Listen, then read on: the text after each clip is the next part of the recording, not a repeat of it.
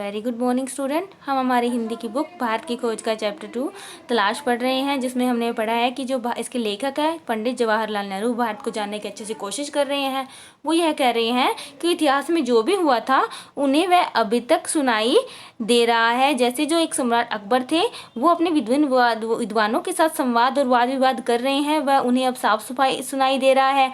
और उनको जो बुद्ध के उपदेश थे वह भी उनके कानों में, उनका स्वर भी अभी तक पड़ रहा है। अब आगे कहते हैं लेखक, इस तरह भारत के इतिहास की लंबी झांकी अपने उतार चढ़ावों और विजय पराजयों के साथ जैसे धीरे धीरे मेरे सामने खुलती जा रही थी। मुझे इतिहास के 5000 वर्षों से चली आ रही इस सांस्कृतिक परंपरा की निरंतरता में कुछ विलक्षणता प्रतीत होती है। यह परंपरा जो दूर दूर तक जनता में फैली थी और जिसने उस पर गहरा प्रभाव डाला था। लेखक कह रहे हैं कि भारत के इतिहास की मतलब जो इतिहास पुराना टाइम है, जो उसकी जो लंबी झांकी है, जो झलक है, उसके जो उतार चढ़ाव थे, जो जीत और हार थी, वो मेरे सामने आती जा रही है। हर एक पन्ना जैसे इतिहास का मेरे सामने खुल रहा है। और जो 5000 वर्ष जो पहले हुआ था, जो सांस्कृतिक परंपरा थी, उसकी निरंतरता में मुझे अब कुछ कमी नजर आ रही है।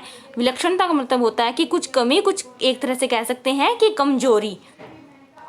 यहाँ पे विलक्षणता का मतलब है कुछ कमजोरी है, निरंतरता मतलब एक रेगुलरिटी वो वहाँ पे स्टॉप हो रही है धीरे धीरे जाके।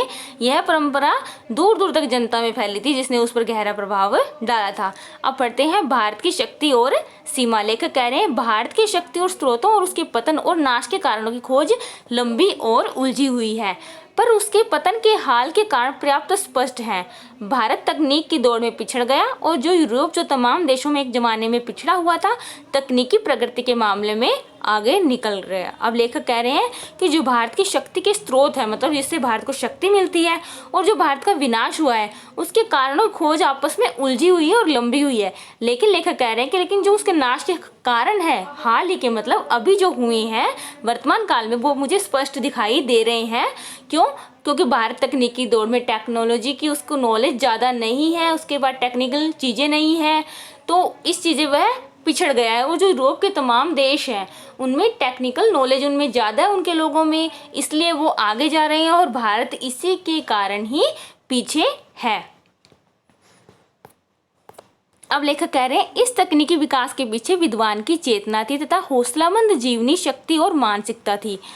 नई तकनीकी ने पश्चिमी यूरोप के देशों को सैनिक बल दिया और उनके लिए अपना विस्तार करके पूर्व पर अधिकार करना आसान हो गया। यह केवल भारत की ही नहीं, लगभग सारे एशिया की कहानी है। वो कह रहे हैं इस तकनीकी विकास के पीछे जो ये टेक्निकल उनकी जो नॉलेज है, जो उनकी प्रोग्रेस हुई है टेक्निकल, वो इसके पीछे उनकी विज्ञान की चेतना, मतलब उनमें साइंस की काफ़ी ज़्यादा नॉलेज थी, वो काफ़ी ज़्यादा मतलब अलर्ट थे साइंस के मामले में। और हौसलामंद जीवनी, हौसलामंद उनमें हर एक कार्य करने का जोश था, जीवन जीने का।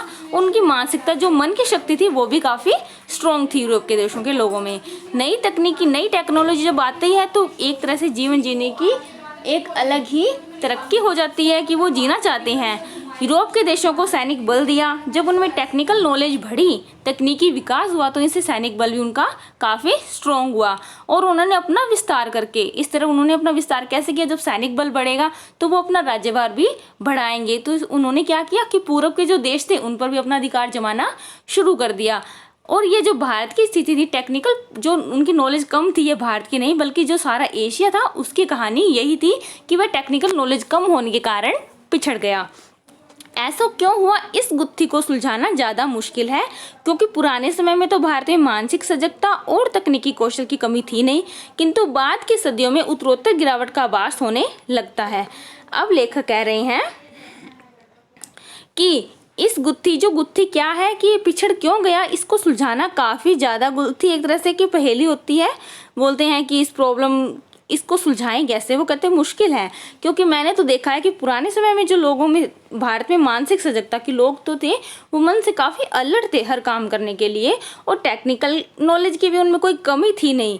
किंतु जो बाद का समय आया ना, उसमें गिरावट होने लगी, और ये महसूस कर रहे हैं इसके लेखक।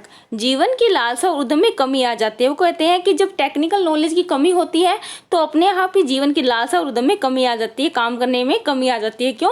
क्योंकि हर काम जब टेक्निक तरीके से करते हैं तो वह जल्दी होता है, और जो आराम से हाथ से खुद के बिना टेक्निक के करते हैं तो वो धीरे धीरे होगा। तो धीरे धीरे काम करने से कहते हैं कि वो बोर हो जाता है, एक तरह से लालसा नहीं रहती काम करने का, जोश नहीं रहता, नए नए गैजेट्स नहीं होंगे, तो वो जब सिंपल तरीके से सिंपल चीज़ों से कोई भी कार्य करेंगे तो वो धीरे ही होगा। इससे लोगों में जीवन जीने की एक तरह से लालसा, काम करने की लालसा में कमी आ गई। क्षण होती है रचनात्मक प्रवृत्ति की जगह अनुकरण की प्रवृत्ति लेती है, कि जब टेक्निक में कमी आ गई, टेक्निकल नॉलेज में, तो उनकी जो क्रिएटिविटी, जो माइंड था, वह अब हट गया, उसकी जगह क्या आ गया, अनुकरण। अनुकरण का मतलब होता है कि किसी के नकल करना एक तरह से, तो वो प्रवृत्ति अपने आप ही आ जाती है कि वो देखो कैसे अच्छे से कर रहे हैं और हमसे नहीं हो रहा क्योंकि हमने टेक्निकल नॉलेज नहीं है, तो उनके देख देख के ऐसे उनकी जैसा ही करना, तो ये एक तरह से अनुकरण ही कहलाता है। जहाँ कामयाबी के साथ विद्रोही विचार पद्धति ने प्रकृति और ब्रह्मांड के रहस्यों को भेदने का प्रयास किया था, वहाँ शब्दाडंबर से लैस भाष्यकार उसकी जगह लेता दिखाई देता है। लेखक कह रहे हैं कि जहाँ किसी समय में किसी विद्रोही विचार पद्धति ने, मतलब लोगों के मन में ऐसे विचार आते थे कि वो प्रकृति और ब्रह्मांड के रहस्यों को भेदने का, जानने की कोशिश करते थे, उनके ब्रह्मांड के रहस्यों को जानने की जो कोशिश करते थे, वह अब क्या कर रहे हैं, शब्दाडंबर से, अपने जो शब्दों का एक तरह से आडंबर है, दिखावा है, उससे ही अपनी लेखन शैली लिख रहे हैं। भव्य कला और मूर्ति निर्माण का स्थान जटिल पच्चीकारी वाली सावधानी से की गई नक्काशी लेने गई। वो पहले कह रहे हैं कि भव्य कला जो काफी देखने में अच्छी होती थी, पहले ऐसी होती थी, जो मूर्ति निर्माण करते थे वो सिंपल तरीके से करते थे। अब उसकी जगह जटिल, यानी जटिल का मतलब होता है कठिन, उसकी जगह किसका स्थान ले लिया, कठिन पच्चीकारी, मतलब काफी बारीकी काम वाली नक्काशी लेने लगी। तो इससे क्या हुआ, नुकसान क्या हुआ कि जो दूसरे देशों के लोग थे, वो जब हमारे इतिहास की चीजों को देखने आते हैं, जब ये नक्काशी देखते हैं तो उन्हें ये समझ नहीं आती, क्योंकि वो बारीक नक्काशी की होती है, इससे वो समझ नहीं पाते और ना ही इसके बारे में कुछ जान जाते हैं। तो इस तरह हमारे इतिहास का एक तरह से हास पतन होने लगा।